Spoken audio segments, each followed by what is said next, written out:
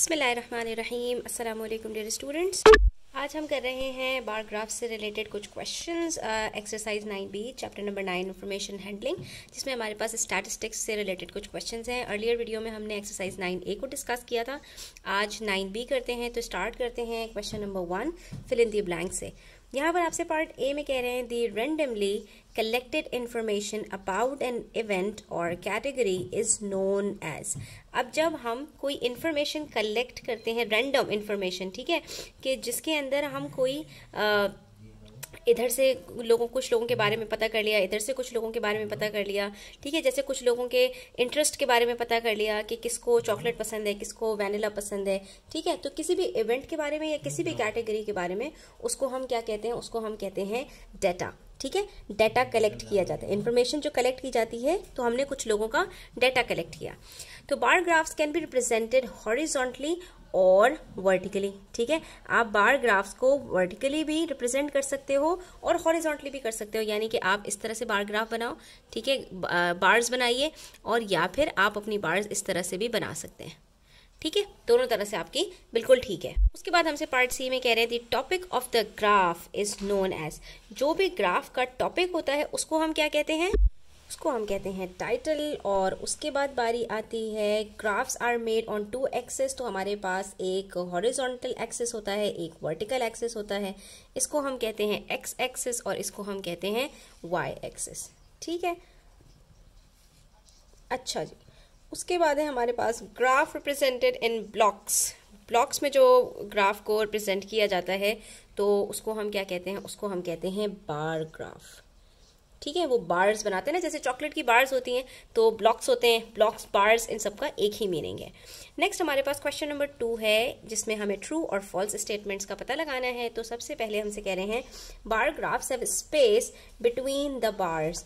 तो बार ग्राफ्स के अंदर स्पेस होती है बीच में, तो हो सकती भी है और ज़रूरी भी नहीं है कि इनके बीच में जो है वो आपके पास स्पेस हो। अच्छा, उसके बाद हमारे पास नेक्स्ट स्टेटमेंट है कि अच्छा, तो पहले ये वाली बात कर लें कि बार graphs have space between the bars. तो ये बात सही है, उनके बीच में स्पेस हो भी सकती है और नहीं भी हो सकती। तो in a column graph columns are drawn horizontally. तो बच्चों याद रखो, कॉलम्स जो होते हैं वो हमेशा वर्टिकल होते हैं। तो आपके घर में अगर कंस्ट्रक्शन आपने कभी होते हुए देखी हो, तो उसके अंदर जो आपके पास इस तरह से स्ट्रक्चर्स के अंदर जो है वो आपको नजर आते हैं, तो ये कहलाते हैं कॉलम्स, और ये हमेशा वर्टिकल होते हैं, कभी भी हॉरिजॉन्टल नहीं होते। A vertical bar graph can also be represented horizontally. तो एक वर्टिकल बार ग्राफ को आप हॉरिजॉन्टली भी रिप्रेजेंट कर सकते हैं, बिल्कुल सही बात है, इसमें कोई मसले वाली बात नहीं है। वही जो आपने वर्टिकली रिप्रेजेंट किया था उसी को आप हॉरिजॉन्टली भी रिप्रेजेंट कर सकते हैं। अच्छा बच्चों, आगे जाने से पहले हम थोड़ा सा स्टडी कर लेते हैं। ये हमारे पास बार ग्राफ है, ठीक है। तो सबसे ऊपर हमारे पास आता है टाइटल। टाइटल के अंदर हम क्या बता रहे होते हैं, वो इन्फॉर्मेशन के इस ग्राफ के अंदर आपको क्या क्या बताया जाएगा, ठीक है। तो it gives us the information displayed on the graph, इस ग्राफ के अंदर क्या इन्फॉर्मेशन डिस्प्ले हो रही है। उसके बाद आ जाते हैं हमारे पास यहाँ पर लेबल्स। तो ये जो आपके पास स्टेटमेंट्स लिखी होती हैं ये लेबल्स कहलाते हैं, एक्स एक्सेस और वाई एक्सेस दोनों पर, कि एक्स एक्सेस पर आपके पास कौन कौन से यूनिट्स हैं और वाई एक्सेस के ऊपर आपके पास कौन कौन से यूनिट्स हैं। तो ग्रेड्स इन अ टेस्ट और नंबर ऑफ स्टूडेंट्स, ये आपके पास क्या है, लेबल्स हैं, ठीक है।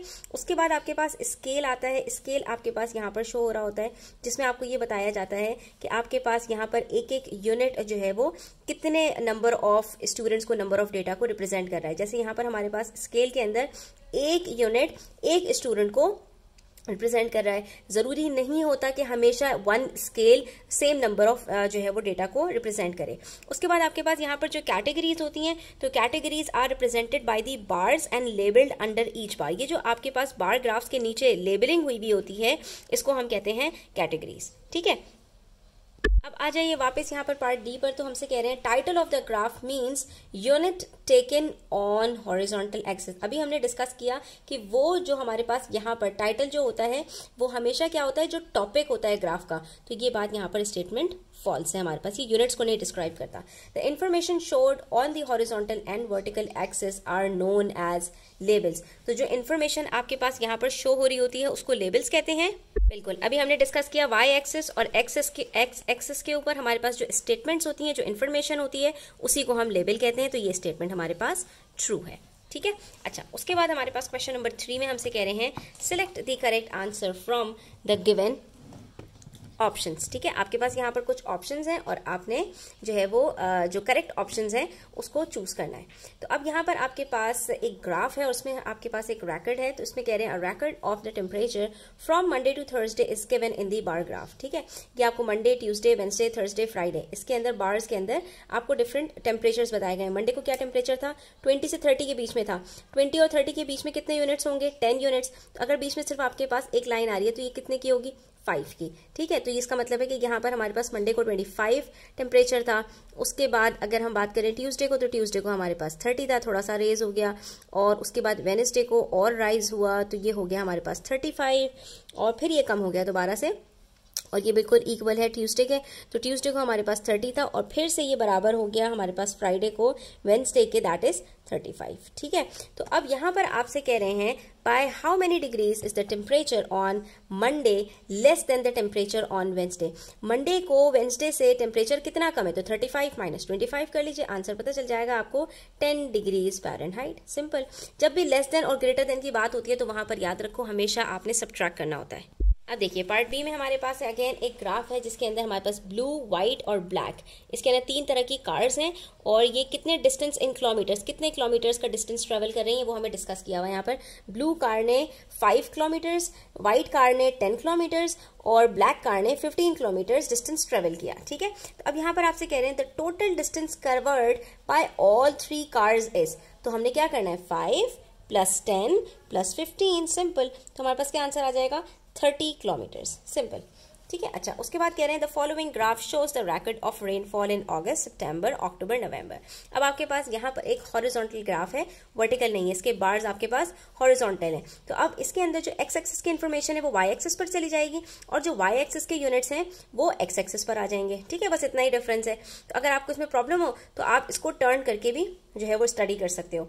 अब आपसे कह रहे हैं यहाँ पर द रेनफॉल इन दिसंबर, दिसंबर में कितनी रेनफॉल है, तो यहाँ पर आप देख सकते हो कि ये 20 मिलीमीटर्स है, ठीक है।